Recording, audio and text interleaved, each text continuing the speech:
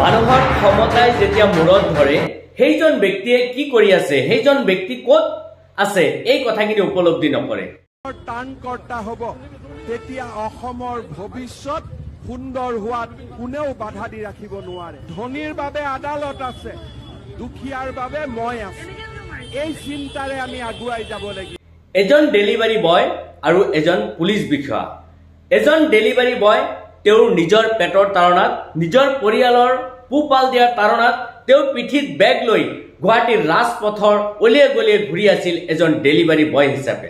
আৰু সেইজন সৎ উপাৰ্জনকাৰী এজন ল'ৰাৰ ওপৰত, শিক্ষিত যুৱকৰ ওপৰত আজি ভাৰ্গৱ বৰবৰাই যি বৰ্বৰ অত্যাচাৰ কৰিছে সেয়া অতিকৈ নিন্দনীয়।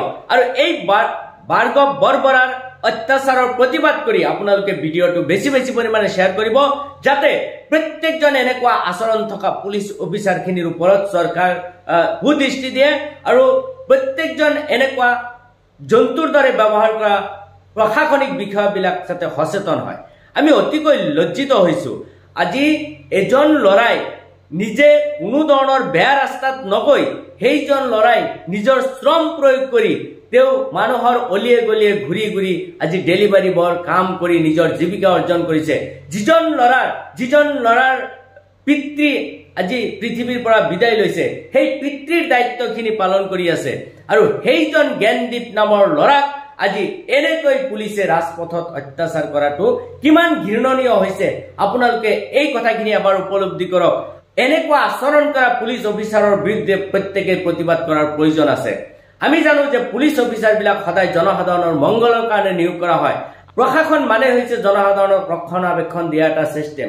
আমি দেখা পাইছো বিভিন্ন দেশত তেওঁলোকে জনসাধাৰণৰ লগত সদায় বন্ধুত্বসুলভ আচৰণ কৰে। অসমৰ বাহিৰে ভাৰতবৰ্ষৰ আন ৰাজ্যতো আমি দেখা পাওঁ যে পুলিচৰ মানুহখিনিয়ে সদায় জনসাধাৰণৰ লগত বন্ধুত্বসুলভ আচৰণ কৰে। কিন্তু অসমত কিয় জনসাধাৰণৰ লগত পুলিচ বিষয়াবিলাকে জন্তুৰ দৰে আচৰণ কৰে?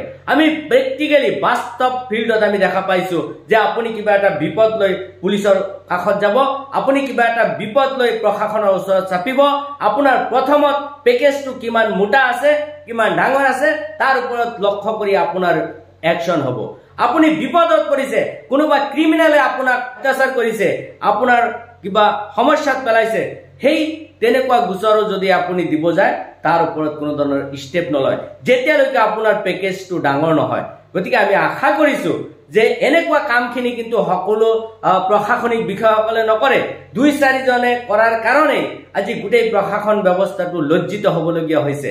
গতিকে ভাৰ্গৱ বৰবৰা নামৰ পুলিচ অফিচাৰজনে জ্ঞানদীপ নামৰ কটনিয়ান ছাত্ৰৰ ওপৰত যি বৰ্বৰ অত্যাচাৰ কৰিছে, সেই বৰ্বৰ অত্যাচাৰখিনি কেতিয়াও গ্ৰহণযোগ্য নহয়। আৰু সেই বৰ্বৰ অত্যাচাৰৰ বিৰুদ্ধে আমি প্ৰত্যেকজন ব্যক্তিয়ে মাৰ বান্ধি থিয় হোৱাৰ প্ৰয়োজন আছে।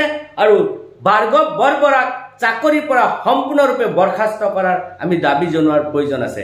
কাৰণ এনেকুৱা ব্যক্তিবিলাকে কেতিয়াও জনসাধাৰণৰ মংগল কামনা নকৰে। কাৰণ যদি জনসাধাৰণৰ মংগল কামনা কৰিলেহেঁতেন তেতিয়াহ'লে সেইজন ল'ৰাক ৰাজপথত মানুহৰ আগত এজন কটন কলেজত অধ্যয়ন কৰি থকা ছাত্ৰ জ্ঞানদীপক ৰাজপথৰ মাজত থিয় কৰাই তেনেকৈ মাৰপিট কৰাটো কেতিয়াও উচিত হোৱা নাই আৰু কেতিয়াও সেইটো মানৱীয় কাম হোৱা নাই। গতিকে আমি প্ৰত্যেকে এনেকুৱা কামৰ বিৰোধিতা কৰাৰ প্ৰয়োজন আছে। সচেতন হ'লেহে আমাৰ সকলো চিষ্টেমখিনি সচেতন হ'ব।